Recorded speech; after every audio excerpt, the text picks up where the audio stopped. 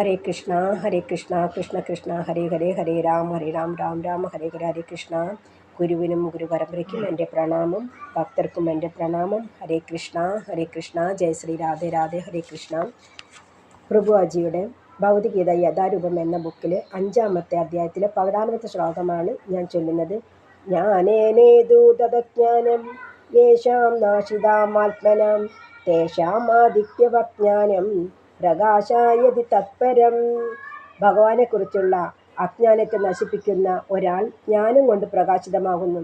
അയാളുടെ ജ്ഞാനം പകൽ വെളിച്ചത്തിൽ എന്ന പോലെ എല്ലാം സ്പഷ്ടമാക്കി വെളിപ്പെടുത്തുന്നു. ജ്ഞാനമാകുന്ന വെളിച്ചമുണ്ടെങ്കിൽ മാത്രമേ തെറ്റെന്ത് ശരിയെന്ത് എന്ന് മനസ്സിലാക്കാൻ കഴിയൂ. തെറ്റും ശരിയും മനസ്സിലാക്കുമ്പോൾ മാത്രമേ അയാൾ കൃഷ്ണബോധം എന്തെന്ന് മനസ്സിലാക്കൂ. ഭൗതികതയിൽ പറയുന്നു, സർവം ജ്ഞാനപ്ലവേനേന ജ്ഞാനാഗ്നി സർവകർമാണി നഹി ജ്ഞാനേന സാദൃശം. സർവമിതമാണ് ജ്ഞാനം. ആ ജ്ഞാനത്തെ കൃഷ്ണന് സമർപ്പിക്കുമ്പോഴാണ് അയാൾ പരിപൂർണ ജ്ഞാനിയാകുന്നത്. എല്ലാം ഞാനാണ്, എല്ലാം എന്നിലാണ്, എല്ലാം എന്നിൽ നിന്നാണ് എന്ന ചിന്ത വരുമ്പോൾ അയാൾ അജ്ഞാനത്തിൻ്റെ പടുകുഴിയിലേക്ക് വീഴുന്നു. ബഹൂനാം ജന്മനാമന്തേ ജ്ഞാനവാമാം പ്രപദ്യന്തേ.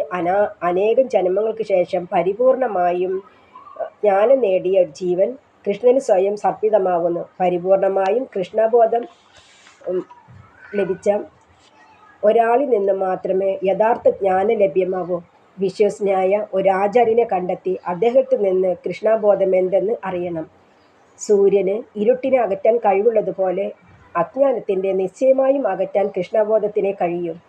ഞാൻ ശരീരമല്ല ആത്മാവാണെന്ന് മനസ്സിലാക്കിയാലും ഒരു ജീവാത്മാവും പരാത്മാവും തമ്മിലുള്ള വ്യത്യാസം മനസ്സിലാക്കാൻ കഴിഞ്ഞില്ലെന്ന് വരാം.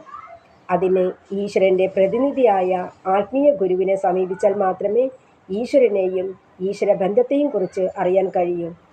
തനിക്ക് ആത്മീയ ജീവിതത്തിൽ വ്യക്തിത്വമുണ്ടെന്ന് മനസ്സിലാക്കുമ്പോഴാണ് യഥാർത്ഥ ജ്ഞാനം. ഈ ജ്ഞാനമാണ് ഭക്തി. ഭഗവാനോടുള്ള കറകളഞ്ഞ പ്രേമത്തോടും സ്നേഹത്തോടും ഭഗവാന് വേണ്ടി ചെയ്യുന്ന സേവനമാണ് ഭക്തി. ഹരേ കൃഷ്ണ കൃഷ്ണ കൃഷ്ണ ഹരേ ഹരേ, ഹരേ രാധേ രാധേ. ഹരേ കൃഷ്ണ.